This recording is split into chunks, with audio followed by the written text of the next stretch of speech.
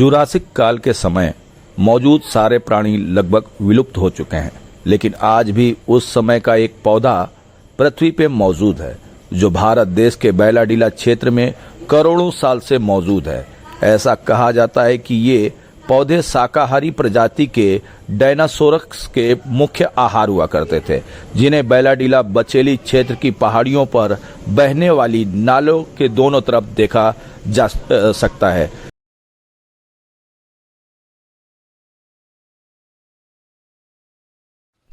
पृथ्वी में करोड़ों साल पहले एक प्रजाति हुआ करती थी डायनासोर, और जुरासिक काल वह समय हुआ करता था। आज से करोड़ों साल पहले उनका अस्तित्व भी मिट गया, धरती से पूरी तरह से अस्तित्व मिल गया। उस समय जितनी भी प्रजातियां थी पृथ्वी में, वो भी सारी जो प्रजातियां थी खत्म हो चुकी हैं। मैं इस वक्त आपको इस बैलाडीला के क्षेत्र में लाया हूँ और आपको बता दूं कि जुरासिक काल के समय जो डायनासोर हुआ करते थे, उसमें से कुछ ऐसी प्रजातियां थी जो शाकाहारी प्रजाति थी। वो पेड़ पौधे और पत्तियों को खाकर अपना जीवन निर्वाह करती थी। तो उस समय जो पत्तियां खाती थी, जिस पौधे की पत्तियां वो खाते थे जानवर, वो पत्तियां आज भी इन क्षेत्रों में मौजूद हैं। बता दूं कि उष्ण कटिबंधीय और उपोष्ण कटिबंधीय क्षेत्रों में ये प्रजाति रहती है। आज से बता दूं कि जब 3 करोड़ साल पहले की बात हो रही है, उस समय से ये प्रजातियां मौजूद थी, और आज भी इन क्षेत्रों में इतने पुराने समय की प्रजातियां मौजूद होना एक बड़ी बात है। बैलाडीला के जो क्षेत्र हैं, इन पौधों के लिए जो मॉइस्चर चाहिए होता है, जलवायु चाहिए होता है, वो यहाँ पे मौजूद है। तो निश्चित तौर पे जो बैलाडीला की पहाड़ियाँ हैं वो आज भी उसी तरह से मौजूद हैं जिस तरह 3 करोड़ साल पहले जलवायु होती थी। नमस्कार, मैं धीरेन्द्र तिवारी, आप देख रहे हैं संवाद एक्सप्रेस, और मैं जो बैलाडीला के पहाड़ियों में मौजूद हूँ, और यहाँ पर जंगलों से भरा हुआ ये पूरा क्षेत्र है। यहाँ पर उच्च क्वालिटी का लोहा पाया जाता है। मैं आपको दिखाता हूँ कि ये जो पत्थर देख रहे हैं, ये कच्चा लोहा है, इसी से ही, और काफ़ी वेट होगा, ये छोटा सा है लेकिन लगभग 1 किलो का होगा। तो इस पत्थर के लिए बैलाडीला का क्षेत्र जाना जाता है पूरे विश्व में। उच्च क्वालिटी का पत्थर पाया जाता है। हमारे साथ जो इस समय फॉरेस्ट विभाग के डीएफओ संदीप बलगा जी मौजूद हैं। फॉरेस्ट विभाग इस पौधे को संरक्षित करने के लिए तमाम कार्यक्रम चला रही है। राज्य सरकार इस पौधे को संरक्षित करने के लिए तमाम कार्यक्रम चला रही है। बता दें कि जो जिस जगह पे हम मौजूद हैं, ये पहाड़ी नाला है, लगभग 12 किलोमीटर का ये नाला है, और इस नाले के जो समीप में ये ट्री गार्ड मौजूद है, ट्री फर्म मौजूद है। इस ट्री फर्म को सहेजने के लिए फॉरेस्ट लगातार काम कर रही है, और जो वनस्पति वैज्ञानिक हैं, वनस्पति जो छात्र होते हैं विभाग के, इन पौधों के अध्ययन लगातार कर रहे हैं, और उनके द्वारा ही बताया गया कि ये करोड़ों साल पुराना है, इसको सहेजना चाहिए। तो लगातार फॉरेस्ट के द्वारा इसको सहेजा जा रहा है। सर हमारे साथ मौजूद है, आपके द्वारा, आपके विभाग के द्वारा और सरकार के द्वारा क्या इन पत्तों को, पेड़ों को सहेजने के लिए कार्यक्रम चलाया जा रहा है?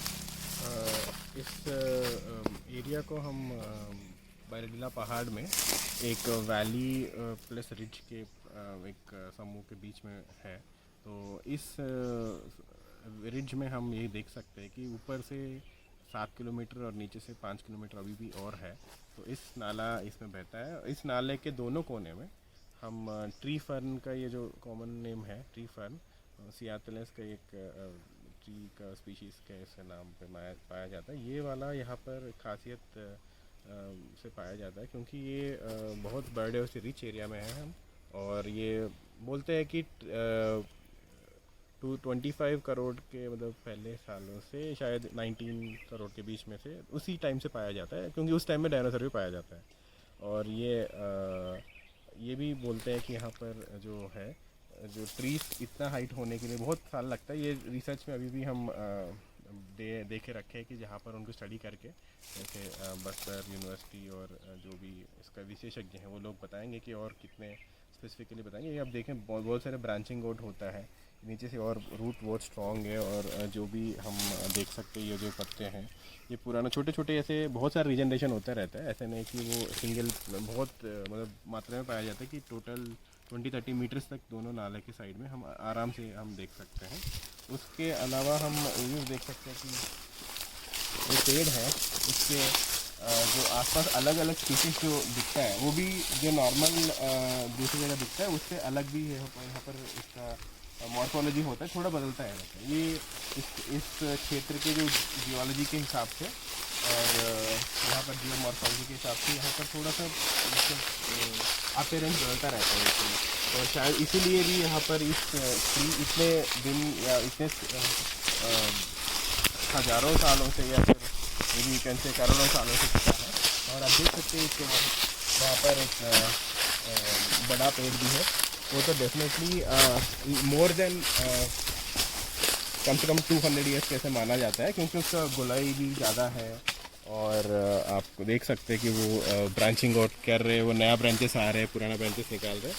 ये एक इस एरिया में हम बहुत रेयर और एक अच्छा बायोडाइवर्सिटी साइट माना जाता है।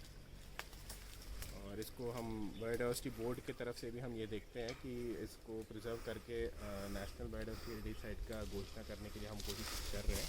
तो बायोडाइवर्सिटी बोर्ड से भी हमें ये मिला है कि यहाँ पर थोड़ा सा जंगल का ट्रायल और जो भी इंटरेस्टेड हो उसको दिखाने के लिए एक इंटरप्रिटेशन सेंटर इस टाइप का डेवलप करने का हमें आदेश मिला है। तो हम भी इसका पालन भी करके राज्य सरकार के द्वारा जो भी इसको डेवलप करने में आदेश मिला है उसको पालन करेंगे।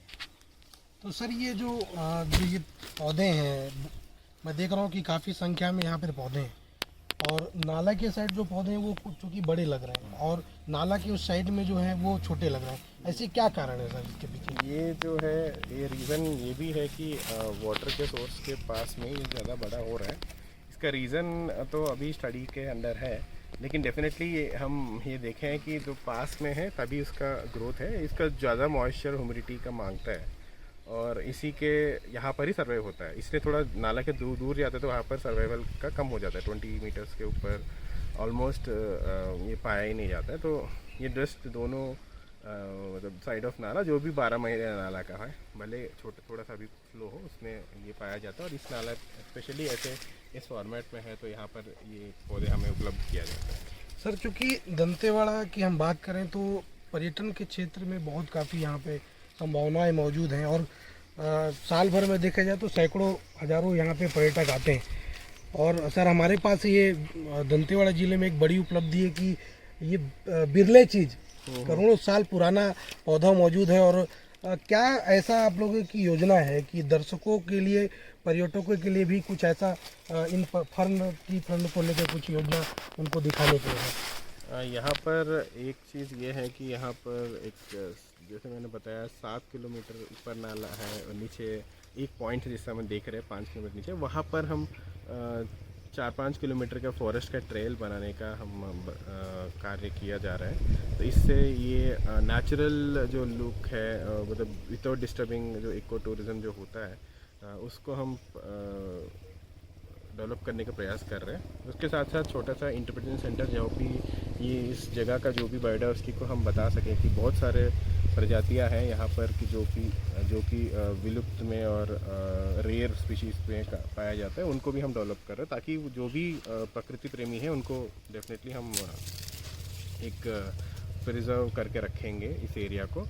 और इस दंतेवाड़ा का एक खास एरिया को डेफिनेटली हम नेचुरल बायोडाइवर्सिटी से जुड़े हुए एरिया को फ्लोरा फौना जितने भी डाइवर्सिटी है वो पूरा हम इसको प्रिजर्व करके प्रेजेंट करेंगे। तो सर ये फॉरेस्ट विभाग लगातार इस क्षेत्र में काम कर रही है और फॉरेस्ट के विभाग के द्वारा लगातार टी फंड को लेकर कार्य किए जा रहे हैं, उसको सहेजने की काम किए जा रहे हैं। सर और भी क्षेत्र ऐसे हैं क्या इसके अलावा जहाँ पे टी फंड पाए जाते हैं? हाँ फिलहाल अभी हम इसी एरिया पे जिस नाला फ्लो कर रहे हैं इसी एरिया को हम आइडेंटिफाई किया है ये टी फंड का है। बाकी जगह पर अभी तक तो रिपोर्टिंग हमारे साथ से वगैरह नहीं किया गया और डेफिनेटली अगर होता है तो डेफिनेटली करेंगे। और ये भी एक नाला के बहुत दूर तक ये पाया नहीं जाता, सिर्फ और सिर्फ ये नाला के दोनों और मैक्सिमम 20 मीटर्स के जो है उसी विड्थ में पाया जाता है। तो डेफिनेटली ये स्टडी करने वाला विषय, हम इसको स्टडी कर क्योंकि हम और इक्विप्ड आंसर दे सके, हमारे रिसर्च इंस्टीट्यूट को भी हम स्टडी के लिए ये बताया गया। तो वो जैसे वो आता है तो फिर और हम सुदृढ़ होकर बता सकते हैं कि डेफिनेटली हमारा इस क्षेत्र क्यों ऐसा इतना अच्छा है। सर साल में ऐसे कितने छात्र यहाँ पे पहुँचते हैं अध्ययन के लिए? अगर आते हैं तो उनको क्या सहूलियतें दी जाती है आपकी तरह? उनको जैसे ये क्षेत्र हम पहुँचे हैं तो चुनौतियों का सामना करना पड़ता है, बैरियर लगे हुए हैं सुरक्षा बलों के, और ये दुर्गम क्षेत्र है और कहीं ना कहीं माइनिंग का क्षेत्र तो ब्लास्टिंग होती है। ऐसे क्षेत्र में जब वनस्पति जो छात्र हैं विभाग के, वो अगर आते हैं तो उनको किस तरह की सुविधाएं दी जाएंगी और किस तरह आपका विभाग उनको यहाँ पर आने के लिए प्रेरित करेगा? नॉर्मली यहाँ पर जो लोकल यूनिवर्सिटी के हैं, बस्तर हो या फिर यहाँ का लोकल कॉलेज के स्टूडेंट्स हो और फॉरेस्ट्री के स्टूडेंट्स हैं और एग्रीकल्चर, जूलॉजी और जो भी स्कूल के बच्चे भी यहाँ पर आते हैं, तो डेफिनेटली उनका जो इस क्षेत्र का माइनिंग एरिया के पास में है, तो ये हम प्रिजर्व करके रखे हैं और उनको परमिशन पहले ही लेके वहाँ पर आएंगे तो हम उनको पूरा जो अपने क्षेत्र के अमले हैं उनसे बोला जाता है कि वो उनको जितना भी स्टडी का एरिया है वो पूरा हम घुमा के फिर उसको जिस फॉरेस्ट ट्रेल में हम अभी घूम रहे हैं उस फॉरेस्ट ट्रेल मतलब नेचुरली जितने भी फॉरेस्ट का प्रजाति पाया जाता है वो उसका जो अध्ययन करने के लिए हम बिल्कुल हेल्प कर रहे हैं। और लगभग एवरी मंथ हमें एक बैच 2 बैचेस आते रहते हैं जो 50 के आसपास आते रहते हैं। तो उनका बस यही है कि वो अपने कितने भी प्रजाति का या फिर बायोडाइवर्सिटी का मांगते हैं उतना हम मतलब देते हैं। तो ये थे हमारे साथ संदीप बलगा, वन मंडलाधिकारी दंतेवाड़ा। उन्होंने बताया कि दंतेवाड़ा फॉरेस्ट विभाग के द्वारा किस तरह ट्री फंड जो करोड़ों साल पुराना है, और उन्होंने बताया भी कि वाकई में कितना साल पुराना ये पेड़ है, और उस पेड़ को सहेजने के लिए विभाग ने 12 किलोमीटर लंबे नाले में बाकायदा बैरिकेटिंग लगाई हुई है और उन पौधों को संरक्षित किया हुआ है। दंतेवाड़ा से धीरेन्द्र तिवारी।